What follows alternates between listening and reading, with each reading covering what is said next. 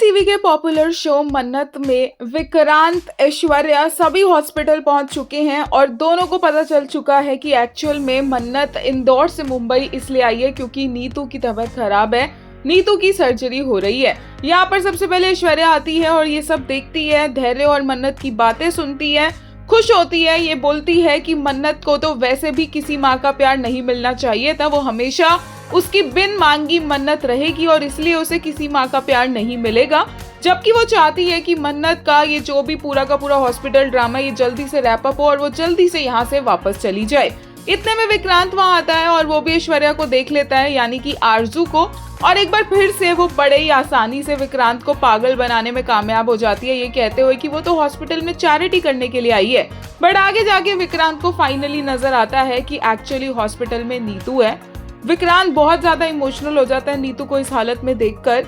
अंदर वो रूम में जाकर नीतू से मिलना चाहता है पर नहीं मिल पाता है। वहीं पर दुआ भी नीतू के साथ बेड पर बैठी होती है और कोई भी और बड़ा वहां पर होता नहीं है। विक्रांत को बहुत ज्यादा रोना आता है अपनी नीतू माँ को इस तरह से देखकर, और फिर वो वहां से जैसे ही आगे बढ़ने लगता है तो पता चलता है कि नीतू की हालत एकदम खराब हो गई है, क्योंकि शायद उसे रियलाइजेशन हो गया है कि उसका पुत्र उसके आसपास है।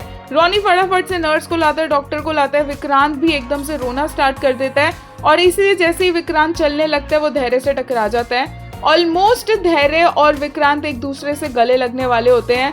धैर्य से विक्रांत का रोना देखा नहीं जाता है, वो कंसोल करने की कोशिश कर ही रहा होता है विक्रांत को, और विक्रांत भी गले लगने वाला होता है धैर्य को, क्योंकि वो इतना इमोशनल होता है कि तभी पीछे से दुआ आवाज मार देती है और धैर्य को इस तरीके से अपने सामने देखकर विक्रांत को सब कुछ याद आ जाता है और विक्रांत वहां से चला जाता है। और धैर्य को समझ नहीं आता कि वो विक्रांत के पास जाए या फिर दुआ आवाज मार रही है, इमरजेंसी हो गई है, वहां पर जाए।